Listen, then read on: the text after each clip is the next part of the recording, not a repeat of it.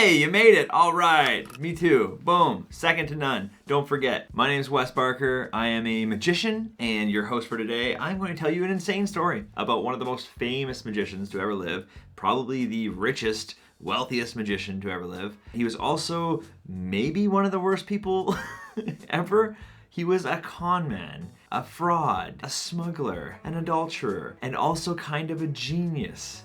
He was a terrible guy. If you were to see this guy on stage, you would think he's a mystical mind reader, a man of intensity and intrigue. I gotta stop telling you about this guy, and I just gotta tell you about this guy.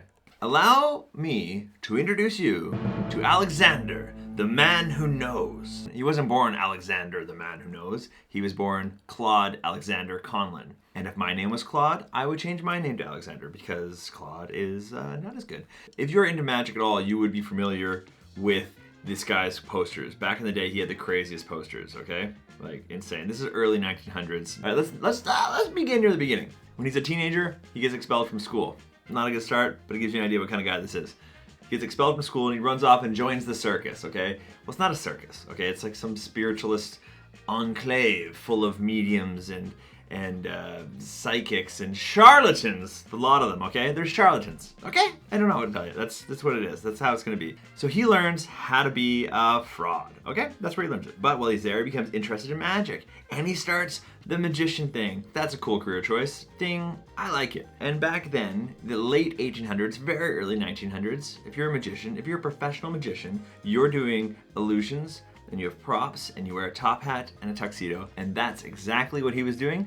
And in 1906, who cares about dates, but I'm gonna give them to you anyways, 1906, November, just for your own edification, just for something for you to forget later. He was due to perform his magic show in Texas, and his props didn't arrive. He had nothing. He had nothing. A theater full of people and nothing.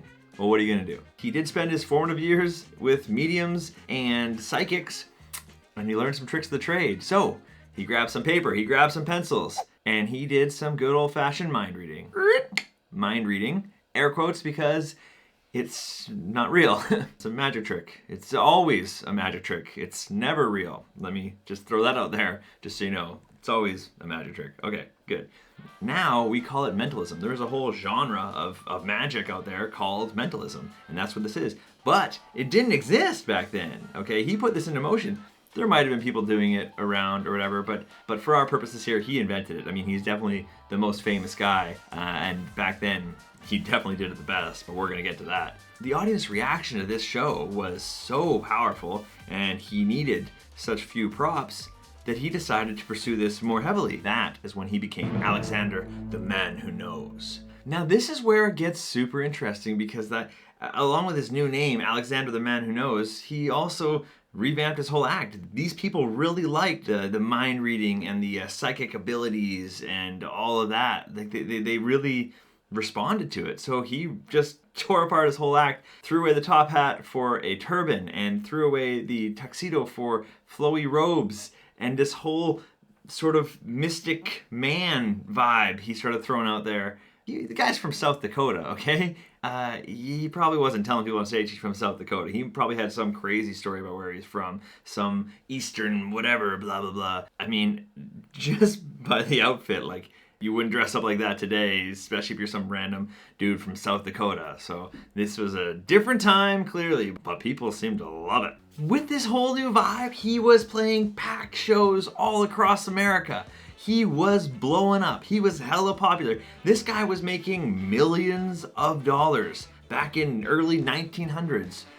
Wow, that's a lot of money. It's insane. This guy was obviously a master marketer, right? His posters became iconic and still are to this day. And no wonder he was packing theaters all across America.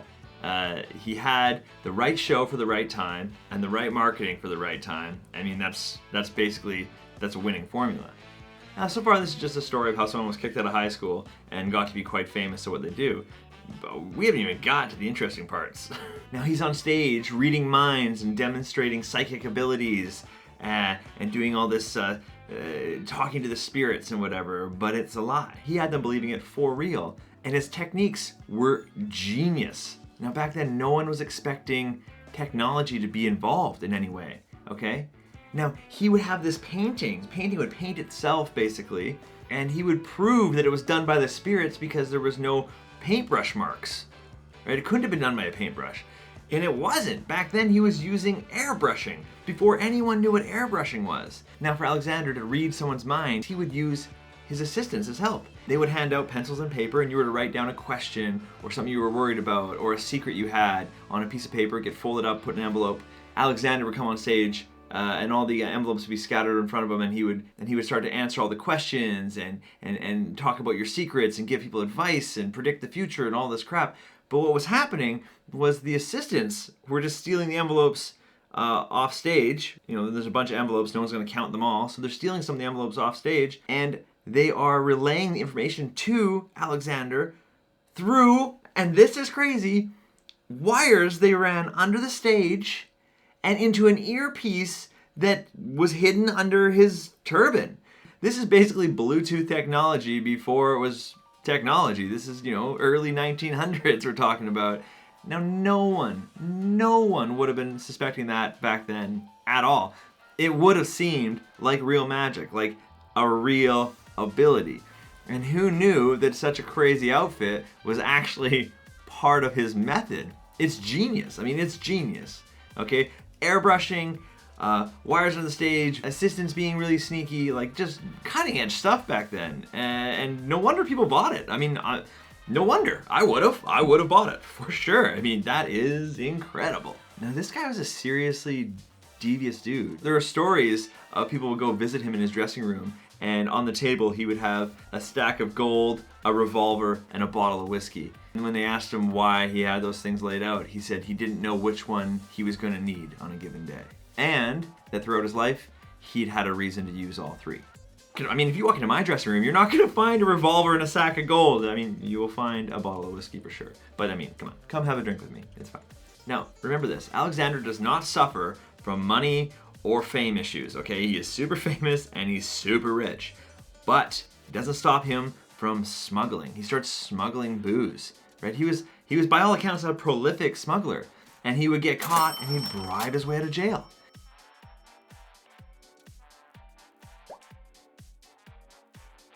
The FBI even traced a note back to Alexander that was extorting a California millionaire for $50,000.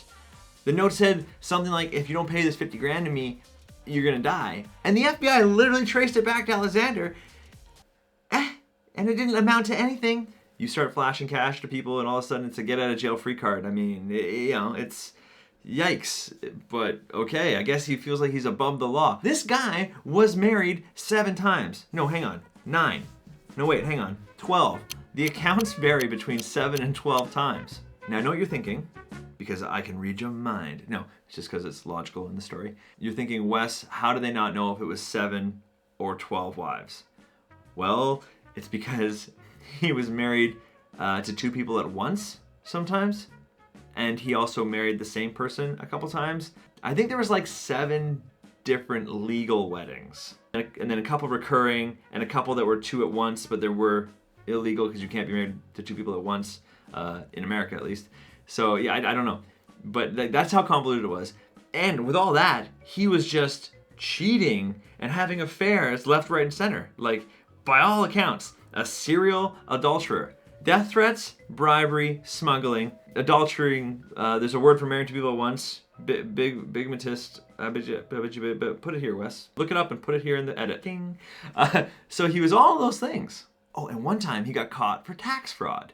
The audit showed that he owed over $1 million. And you know what he did? Yeah, he paid it in cash.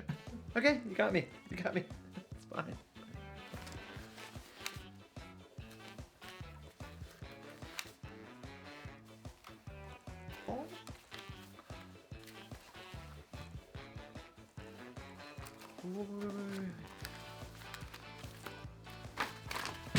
That's the level of money this guy had. He just had that floating around, walks in, drops down $1 million, right?